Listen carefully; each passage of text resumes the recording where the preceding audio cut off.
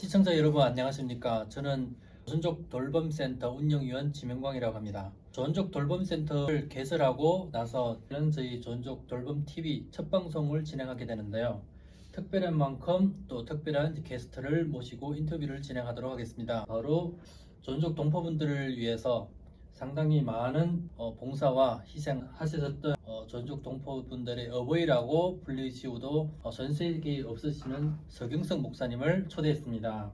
목사님 안녕하십니까? 예, 안녕하세요. 네, 목사님을 뵙게 되니까 저도 감개무량합니다. 예, 네, 많은 분들도 아시겠지만은 이제 서경석 목사님은 원래 서울 조선족 교회 담임 목사님으로 계셨고 현재는 꿈이 있는 교회 원로 목사님으로 계십니다. 네, 오늘 저희가 이렇게 초대를 해서 인터뷰를 하고자 하는 것은 이제 목사님이 과거에 많은 희생하고 조선족 동포분들을 위해서 투쟁하셨던 일들을 하는 게 아니고 그거는 시간상 관계로 지금 이슈가 되고 있는 조선족 돌봄센터에 관련돼서 주제로 설정하고 인터뷰를 진행하도록 하겠습니다. 첫 번째 질문을 이제 드리도록 하겠습니다. 목사님께서 조선족 돌봄센터를 설립하셨고 지금 대표님으로 이제 계시는데 이 조선족 돌봄센터를 설립하게 된 이유는 무엇이고 또 어떻게 구상을 하고 계시는지 그 비전은 어떤 것인지 좀 소개 부탁드리겠습니다. 예. 제가 지난 20년 동안 서울 조선족교회 담임 목사를 하면서 동포들의 권익 옹호를 위한 운동을 아주 열심히 했죠. 그거는 오늘 이 자리에서는 설명할 시간이 없고 그걸 그랬기 때문에 그동안 억울한 사람, 안타까운 사람 이런 사람들이 와서 도움을 청하면 우리 교회가 절대로 그 사람들을 빈손으로 돌려보내지를 않았습니다. 그러다 보니까 제가 은퇴를 한 다음에도 또 아주 억울하고 안타깝고 그런 사정에 놓인 사람들이 어디 가서 호소할 데가 없어가지고 결국은 저한테 또 계속 찾아오는 거예요. 예. 그래서 그런 건이 벌써 한 10건이 넘습니다. 네.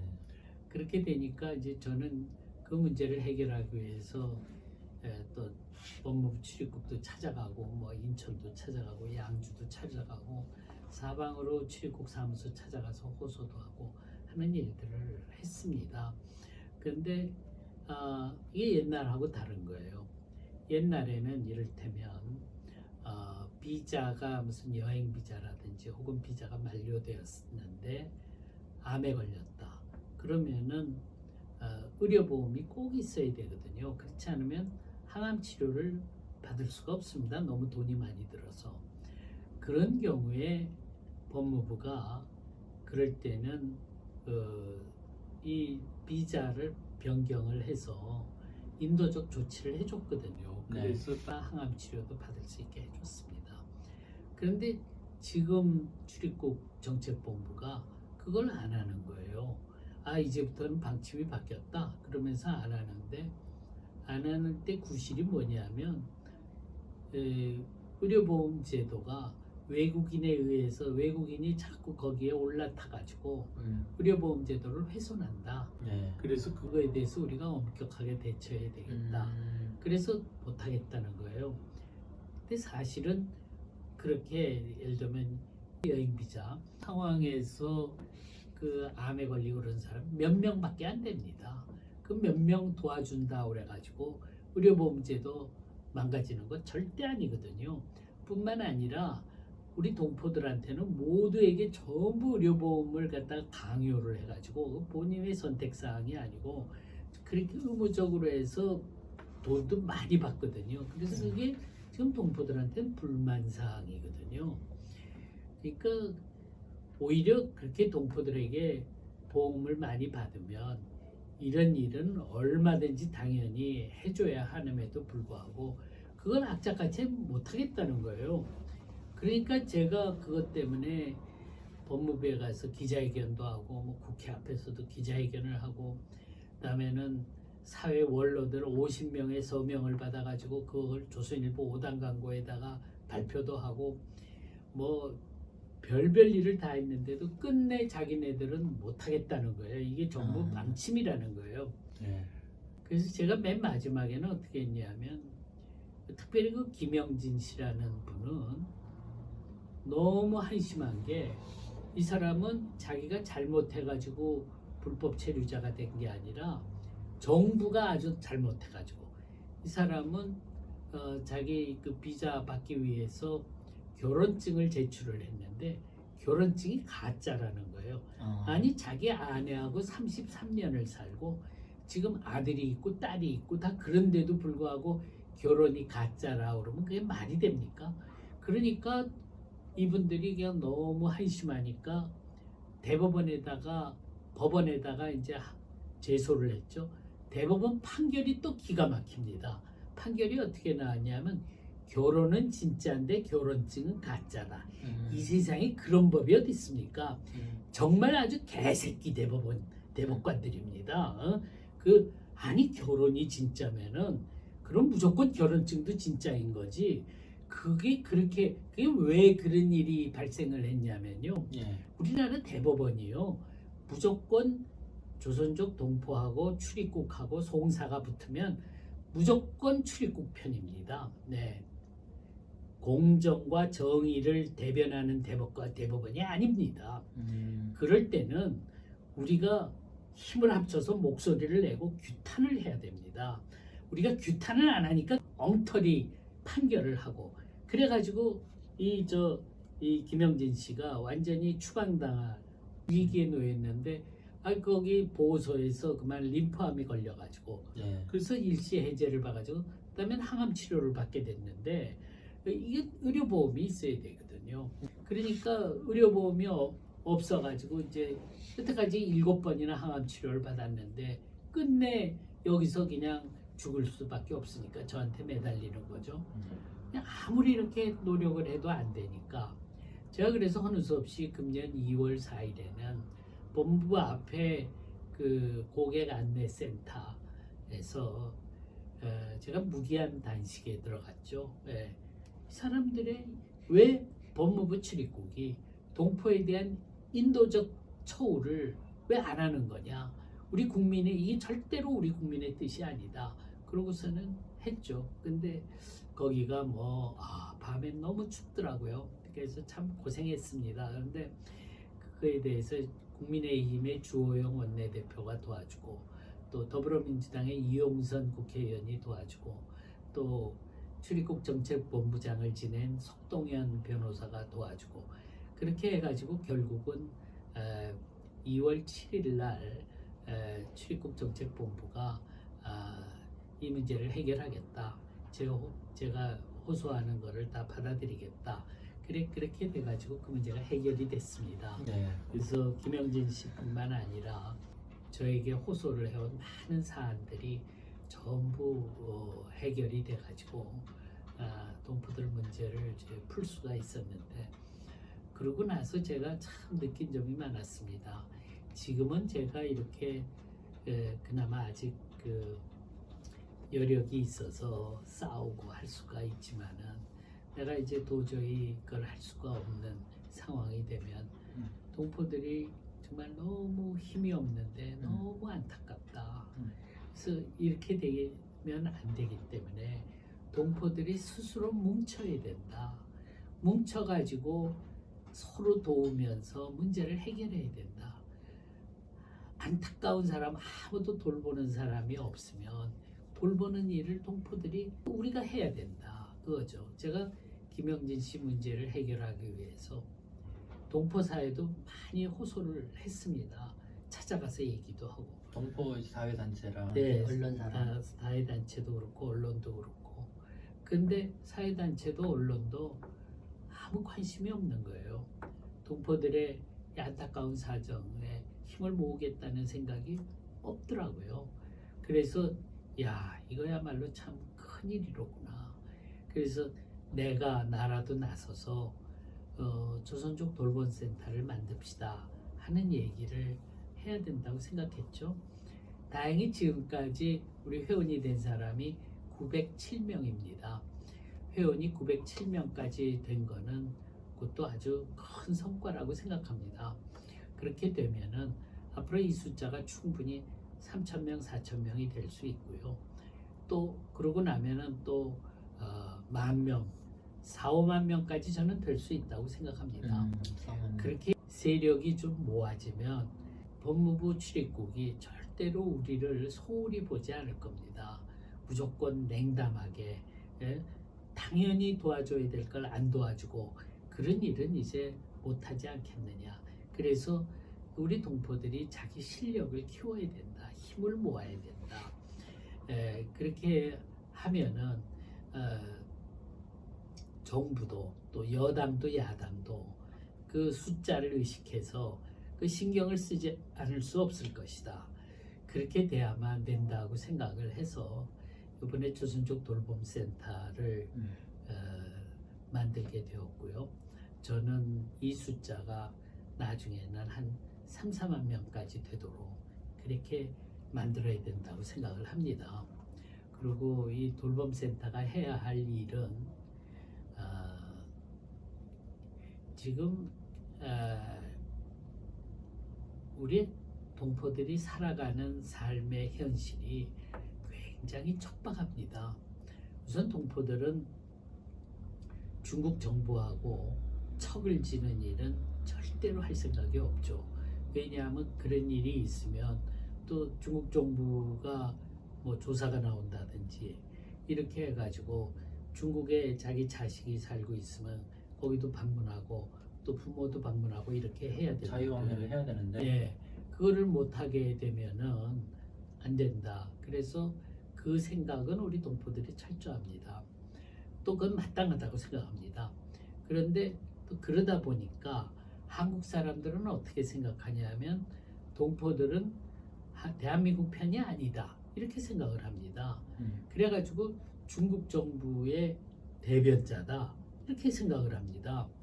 사실 우리 동포들이 꼭 그런 것도 아니거든요. 네. 동포들의 그렇죠. 삶의 처지가 중국 정부하고는 절대로 척을 져서는 안 된다 라는 게 동포들의 현실이다라고 하는 거를 한국 사람들은 잘 모르는 겁니다. 그러다 보니까 최근에도 한국 사람들이 중국 정부하고 이렇게 갈등 관계가 놓여지는 그런 요소가 몇 건 있었죠. 우선 조선 구마사라는 드라마가 폐지가 됐고 방영 취소되고. 네, 방영 취소되고 또 저 강원도에서 차이나타운 만들겠다는 움직임이 국민들의 반발로 그게 지금 취소가 되고 뭐 다른 걸로 바뀌는지 어떻게 되는지 지금 그런 과정 속에 있고 그렇습니다. 그리고 한국에서 여론조사를 하면은 중국 정부에 대해서 따뜻한 반응을 보이지 않는 비율이 뭐 때로는 70% 때로는 80% 이런 정도까지 나오거든요. 압도적으로 높죠. 네. 예. 한국 정부는 중국에 대해서 굉장히 호의적인데 한국 국민은 여든 야든을 넘어서서 그거에 대해서 상당히 냉담합니다. 그러다 보니까 동포들을 바라보는 눈이 싸늘한 거예요. 이런 상황에서는 동포들은 지금 80만 명 중에 60만 명이 국적 취득을 원하는 그런 경향을 지금 갖고 있는데 국적 취득이 굉장히 어렵습니다. 까다롭고 뭐 시험을 쳐서 떨어뜨리고 이렇게 하고 있거든요. 현재 제출해야 될 서류들이 상당히 많죠. 상당히 많죠. 근데 사실은 그 동포들은 자기들이 원하면 무조건 국적을 줘야 되는 거예요. 당연히. 다른 나라 사람들이 한국 국적을 취득하다 할 때는 조건이 까다로워야 되지만은 우리 동포들은 고향에 돌아와 살 천부적 권리가 있는 거거든요. 그렇기 때문에 해야 되는데 지금 그런 것이 잘 안 되는 이유는 우리 국민이 동포를 바라보는 눈이 싸늘하기 때문에 그렇습니다. 그래서 우리 동포들이 지금 분명하게 알아야 될 일이 있는데요. 한국에 와서 여기서 정말 국적을 취득하고 여기서 살다가 죽겠다라고 생각을 하면은 여기서 그냥 자기 돈만 벌다고 되는 일이 절대 아닙니다. 동포들이 한국에서 살 수 있는 좋은 환경을 만드는 일도 열심히 해야 됩니다. 무엇보다도 한국 사람들한테 우리도 대한민국을 사랑하고 우리도 대한민국의 편입니다. 우리가 중국 사람이 아닙니다. 우리 조선민족입니다. 우리는 끝까지 여러분들과 함께합니다. 하는 것을 보여줘야 됩니다. 그래서 그것을 여러 가지 방식으로 한국에서 많은 어려움이 있을 때 뭐 봉사단으로 대거로 파견을 가서 자원봉사를 한다든지 이러저런 방식으로 우리 한국 국민이 동포들을 바라보는 시선을 따뜻하게 만들어야 됩니다. 네. 근데 지금 그거를 하려는 단체가 없기 때문에 돌봄센터가 우리가 힘을 모아가지고 그런 일도 해야 되고요. 또 그 다음에는 한국 국적을 따는 것을 용이하게 하도록 만들기 위한 노력도 해야 되고요. 이미지 개선하기 위해서. 네, 그렇습니다. 그리고 또 뿐만 아니라 여기서 이제 세상을 마치려면은 만약에 그래도 국적을 취득하면은 다 복지 혜택이 나오니까 다행인데 끝내 국적 취득이 안 되면은 영주권자가 잘 살아갈 수 있는 대책도 우리가 마련하고 그런 거를 해야 되거든요.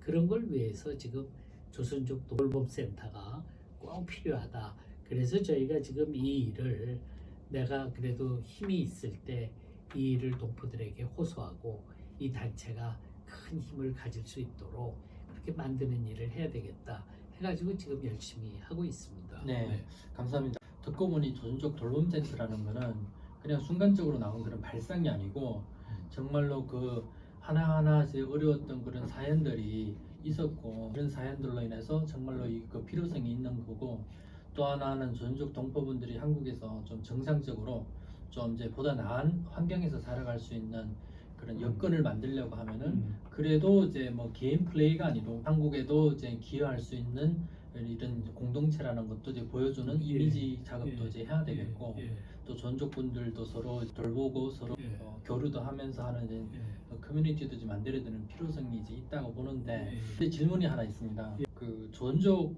돌봄센터의 회원은 이제 대상자가 조선족인데 조선족은 이제 중국 국적이지 않습니까? 그러면은 중국 국적을 가진 자가 이제 한국에서 이런 사회 단체를 구성을 하고 규모를 갖추게 된다면은 한국 국내에서의 그런 시선이라든가 혹은 중국 정부에서 바라보는 시선 이런 외교적 갈등이나 문제가 좀 발생하지 않을까요? 예, 뭐 그런 거 있으리라고 생각합니다. 그래서 근데 이제 저 조선족 돌봄센터에는 이미 동포들이 한국 국적 취득한 사람이 한 10만 명 되지 않습니까? 네. 한국 국적 취득한 사람들이 더 열심히 가입할 거라고 생각합니다. 네. 그러나 또 영주권자도 충분히 가입하고 그러니까 중국 국적인 사람들도 물론 많이 가입한다고 생각을 하는데요. 이렇게 단체가 형식적으로만 있지 않고 실질적인 힘을 갖는 단체로 발돋움을 하면은 중국 정부도 의식을 하겠죠. 그런데 저는 우리 동포들이 설사 한국 국적을 취득했다 하더라도 다 자기 아는 친인척이 중국에 있을 수 있기 때문에 항상 중국 정부를 의식하지 않으면 안 된다고 생각합니다. 그래서 조선족 돌봄센터는 절대로 중국 정부와 척을 지는 행동은 하지 않는다 하는 것을 아주 처음부터 분명히 하고 네. 그리고 출범해야 된다고 대원칙으로, 생각합니다. 네. 그래서 우리 동포들은 돌봄센터를 생각할 때 조금도 그 점에 대해서 우려하는 게 없었으면 좋겠다 이렇게 생각을 합니다. 네. 우리 동포들이 무엇보다도 가져야 되는 생각은 동포들의 삶의 처지가 굉장히 열악하다는 겁니다. 그래서 한편으로는 중국을 반드시 의식하지 않으면 안 되고요. 또 다른 한편으로는 또 중국만 의식하고 있어도 안 된다는 겁니다. 네. 지금 현재 우리 동포들이 중국은 아주 잘 의식하는데 한국 사람은 의식을 안 하고 있다 보니까 그런 것 같습니다. 완전히 한국 사람들로부터는 아주 냉담한 상황이 되어버리고 말았거든요. 네. 아주 제가 최근에 참 기가 막혔던 것이 더불어민주당의 초선 의원이 개혁을 촉구하는 기자회견을 하니까 그걸 비난하는 사람들이 그 사람들을 초선족이라고 비난했습니다. 무슨 말이냐? 초선 국회의원 플러스 조선족 이겁니다. 조선족이라는 말이 누구를 비난할 때 쓰는 대명사가 돼버리고 말았습니다. 심각하네요. 한국 사람들은 조선족 그러면 의뢰 그거는 조롱하고 냉담하고 비판해야 될 대상인 비하하고. 것처럼. 네.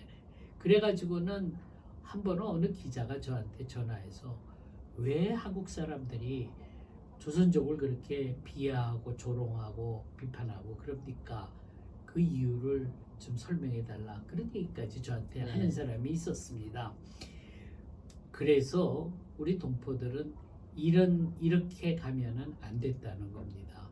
우리가 한편으로 중국 정부하고도 절대로 좋은 관계를 유지하지만 다른 한편으로 한국하고도 좋은 관계를 만들어가지 않으면 안 된다는 겁니다. 한국 사람들이 왜 조선족을 비하하고 조롱하고 냉소하는지 비판하는지 원인을 정확하게 파악해서 그거에 대해서 대응을 해야 됩니다. 한국 사람들이 그렇게 생각하는 거는 저 사람들은 한국 사람이 아니다 이렇게 보기 때문에 그렇습니다. 그래서 우리 동포들이 아니다 우리 한국 사람이다. 나도 여기서 살다가 여기서 뼈를 묻을 거다. 여기는 내 고향이다. 나 지금 고향에 돌아와서 살고 있는 거다. 그거를 분명하게 하고 그거에 분명한 처신을 해야 됩니다. 지금 한국 사람들이 중국에 대해서 비판적인 여론이 많은 상태에서 우리 동포들이 처신하기가 쉽지가 않죠. 그렇지만은 나는 중국 정부하고도 좋은 관계, 한국 정부하고도 좋은 관계를 맺는 것이 충분히 가능하다. 그렇게 생각합니다. 네. 우리는 어떻게 하면 그렇게 할 수 있을 것인가를 잘 판단해 가지고 가야 된다고 생각합니다. 또 뿐만 아니라 우리가 그냥 단순히 그 눈치 빠르게 처신하는 것만 가지고 되는 것은 아닙니다. 눈치 빠르게 처신한다 하는 것만 가지고서는 한국 사람들의 존경을 받을 수가 없습니다. 우리 동포들이 근본적으로 한국 사람들의 존경을 받는 사람들이 돼야 됩니다. 어떻게 하면 존경을 받을까? 그거에 대해서 연구하고 고민하고 공부하고 그렇게 돼야 됩니다. 우리가 일제시대를 생각해 보면 잘 알 수가 있는데요. 일제시대 때는 일제강점기에 일본에 맞서서 싸우면 감옥을 가야 되고 학교가 문을 닫고 교회가 문을 닫고 보복당하고 그런 일들을 다 당할 겁니다. 그렇다고 그래가지고 무조건 일본만 칭송하고 아부하고 그럴 수는 없는 겁니다. 겉으로는 싸우지 않더라도 속으로는 나는 조선 사람이다. 어떻게 하면 우리가 힘을 기를까 고민하고 자기의 역사관을 분명하게 갖고 가야 됩니다. 그렇지 않으면 나중에 가서 신사참배했다고 비난받고 친일했다고 비난받는 그런 때가 반드시 오게 돼 있는 거거든요. 그렇기 때문에 당장의 처지에 매몰되지 않고 무엇이 정말 올바른 길인가를 열심히 탐구하고 생각하고 그러면서 조선족 동포 사회를 이 조선족 동포 지도자들이 바르게 이끌어가야 된다고 생각합니다. 지금 참 우리가 힘이 없는 것 같지만 이미 여기 지금 80만이 있고 60만 명이 앞으로 국적을 취득하고 그러면은 이 사람들이 잘 살아갈 수 있는 지혜로운 탐구, 지혜로운 그런 노력 이런 것들이 이루어져야 되는데 그것이 꼭 이 돌봄센터에 모여서 사람들이 그 길을 찾아가야 된다는 겁니다. 요번에 이렇게 조선족 돌봄 TV를 만드는 이유도 그런 점들을 동포들을 잘 일깨워 가도록 하기 위해서 필요한 것이다. 그렇게 생각을 합니다. 이 일을 하다 보면은 또 때로는 이러저런 일도 발생할 수도 있죠. 나무가 크면 가지가 많으면 바람 잘 날이 없습니다. 네. 그래서 이런저런 얘기가 있더라도 그런 소소한 분란에 좌지우지되지 말고 꿋꿋하게 동포들이 바른 길을 찾아서 가기를 바랍니다. 네, 듣고 보니 정말로 조선족 동포분들이 그냥 단순히 한국에 와서 그냥 돈만 벌자 하는 이런 생각이 아니라 좀 의식을 가지고 생각의 그런 경지나 볼륨을 좀 키우고 정말로 그 주체성을 좀 지키면서 어떻게 하면은 한국의 이제 정착 생활이나 혹은 이제 동북아의 그 조선족들의 그 입장을 더 나은 쪽으로 살아갈 수 있도록 이게 말이죠. 네. 제가 지난 20년 동안 조선족교에서 목회를 하면서 제가 제일 안타까웠던 점, 아쉬운 점이 뭐냐면 동포들에게 큰 꿈이 없는 거예요. 네. 그냥 한국에서 돈 잘 벌고, 그 자기 가족 잘 살아가고 그걸로 끝이에요. 예, 그 이상의 꿈을 못 꾸더라고요. 물론 동포들의 처지가 그런 꿈을 꿀 수가 없는 그런 열악한 상황 속에 있다는 건 제가 누구보다도 잘 알죠. 그렇지만 우리 민족은 그렇지 않았습니다. 일제시대 그 열악한 상황 속에서도 동북아의 평화를 추구했고 우리 조선의 독립을 추구했고 그러면서 그 살아간 거거든요. 우리 동포들도 큰 꿈을 펴야 된다고 생각합니다. 얼마든지 동포들이 동북아의 지도자가 될 수 있는 겁니다.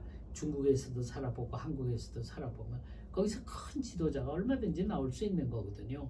지금 미국에 간 우리 한국인 2세들이 그 미국 정계에 진출한 모습을 보면은 아주 참으로 괄목할 만합니다. 단순히 미국에 사는 소수민족으로 존재하지 않고 미국을 이끌어가는 지도자로 그렇게 발돋움하고 있지 않습니까? 우리 동포들도 두 개의 문화 속에서 산 경험이 있으면 더 넓은 시야와 더 깊은 해안을 가지고 나갈 수 있는 겁니다. 더 큰 꿈을 꾸는 동포들이 되도록 하는 것도 바로 이 돌봄센터가 열심히 말해야 되는 내용이라고 생각합니다. 네, 감사합니다. 이제 방금 이제 목사님께서 이제 말씀하시던 중에 지금 제가 이제 궁금한 게 지금 생겼는데, 전juk 동포분들이 이제 어려운 사정이 있어서 이제 목사님을 이제 많이 이제 찾으셨다고 하셨는데, 그래서 이제 그 문제 해결을 하기 위해서 현재 한국에 이제 기존에 있는 조선족 사회 단체나 하고 언론사들을 많이 이제 찾아서 도움을 요청했음에도 불구하고 이 이제 도우는 일에 냉담을 했다. 그리고 조선족 동포분들은 돈만 잘 벌고 이제 생활만 잘 운영만 되는 것만 생각했는데, 그렇다면 왜서 이렇게 사실은 80만 명 혹은 180만 명 조선족의 이런 공동체가 이런 부분에서 이렇게 냉정할까요? 목사님 어떻게 생각하십니까? 그게 이제 우리 동포들의 삶이 너무 열악하다 보니까 어려운 처지에 놓여 있다 보니까 이 동포 단체들도 그걸 제대로 헤쳐나가지를 못하고 있다고 봅니다. 언론도 그렇고. 그래서 지금 이대로만 가다 보면은 동포들은 끊임없이 몰락하겠다. 그리고 동포들에 대한 비난은 점점 더 커지는데, 그 후손들도 네, 그렇게 어려워지는데 이 동포들이 이거를 극복할 가능성이 정말 너무 희박하구나 하고 제가 느끼게 된 거죠. 그래서 제가 그래도 동포들을 위해서 20년간 같이 했었기 때문에 내가 마지막으로 내가 나서서 이 돌봄센터를 만들어서 동포들이 힘을 키우고 바른 방향으로 동포 사회를 이끌어갈 지도자들을 양성하고 그렇게 해서 내가 저 세상을 간 다음에도 자생적으로 훌륭한 리더십들이 많이 나올 수 있도록 하는 게 필요하겠다. 그렇게 생각을 하게 된 거죠. 네, 알겠습니다. 시간상 관계로 이제 제일 마지막으로 질문 이제 하나만 더 드리도록 하겠습니다. 지금 이제 목사님께서는 한국 정치계에서도 상당히 이제 영향력을 가지고 계시는 이제 지도자라고 이제 알고 있고, 정치적 입장은 이제 보수적인 경향이라고 이제 하시던데, 그러면 목사님께서 지금 조선족 돌봄센터를 지금 이제 개설을 하고 이제 운영을 이제 하고 계시는데, 이 두 부분에 대해서 좀 모순이 되는 부분이 있지 않을까, 혹은 갈등이나 고민이 있지 않을까, 여기 대해서 좀 말씀 부탁드리겠습니다. 예, 솔직히 저 모순이 있습니다. 왜냐하면 그 우리나라의 지금 우파 운동들은, 저도 우파 운동의 지도자입니다만은 우파 운동들은 중국 정부에 대해서 비판적입니다. 그래서 제가 그런 뜻을 그냥 그대로 대변하면은 저는 조선족 동포들을 돕는 일을 할 수가 없습니다. 네.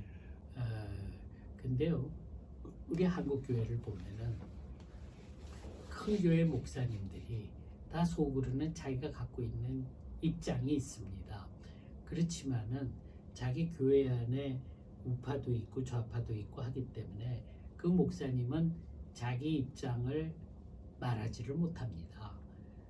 말 잘못하면 좌파가 쫙 나가고 아니면 우파가 쫙 나가고 그런 일이 발생할 겁니다. 네, 그렇겠네요. 예, 그래서 우리도 동포들도 자기 속마음을 말하면서 살지 못하는 거와 마찬가지로 우리도 마찬가지로 자기 속마음을 말하면서 살기가 어려운 처지에 있습니다. 특별히 제가 동포를 사랑한다고 하면은 동포를 사랑하는 운동을 해야 되겠다고 한다면 제가 절대로 제가 중국 정부하고 척지는 발언은 제가 해서는 안 됩니다. 그래서 저는 조선족 돌봄센터를 만들겠다고 생각할 때 나는 이제부터 중국 정부와 척지는 발언을 일치하지 않는다. 중국 정부로 하여금 내가 그렇게 돌봄센터를 유도하거나 이끌거나 그러는 일은 절대 없을 테니 돌봄센터에 대해서 조금 더 걱정하지 마시라 라고 하는 그런 메시지를 저는 계속 이야기를 하면서 갈 것입니다. 그리고 그로 인해서 제가 저 우파 지도자로서의 위치가 흔들리더라도 그건 내가 감수해야 된다 그렇게 생각을 합니다. 그렇지 않으면 내가 저쪽 동포들을 돌볼 수가 없습니다. 근데 저는 이미 내가 동포들을 돌보면서 남은 인생을 살겠다고 결심을 했습니다. 그 결심을 한 이상 내가 우파 지도자가 안 되는 한이 있더라도 나는 중국 정부하고 내가 척을 지는 행동을 해서는 안 된다 그렇게 생각합니다. 그러니까 그 점에 관해서는 우리 동포들이 조금 더 염려하지 마시기 바랍니다. 나는 끝까지 동포들의 이익, 동포들의 이해관계 거기에 서서 제가 남은 인생을 살아갈 것이다 라는 말씀을 드리고자 합니다. 네, 목사님 오늘 소중한 시간 이제 내주셔서 이제 인터뷰를 이제 응해주셔서 너무 감사드리고요. 시청하시는 분들 다 들으셨겠지만은 이제 목사님의 그 한마디 한마디에 그 정말 그 간절함이 이제 묻어나고 정말로 그 사랑과 이제 정열을 담아서 저희 조선족 동포분들을 위해서 지금 봉사를 해주시고 정말로 그 육신적 이제 건강이나 혹은 이제 정치적 입장 이런 부분들을 다 대가로 지금 이제 봉사를 하시니까 정말로 저희들한테는 감지덕지한 이제 이런 마음이고 상당히 많은 대단한 일을 하고 계십니다. 그렇기 때문에 이제 지금 시청하셨던 이제 동포분들은 이 말씀에 좀 귀담아 들어주셨으면 좋겠고 시간상 관계로 오늘은 이제 전족 돌봄센터에 관련된 인터뷰는 여기서 이제 마치도록 하겠습니다.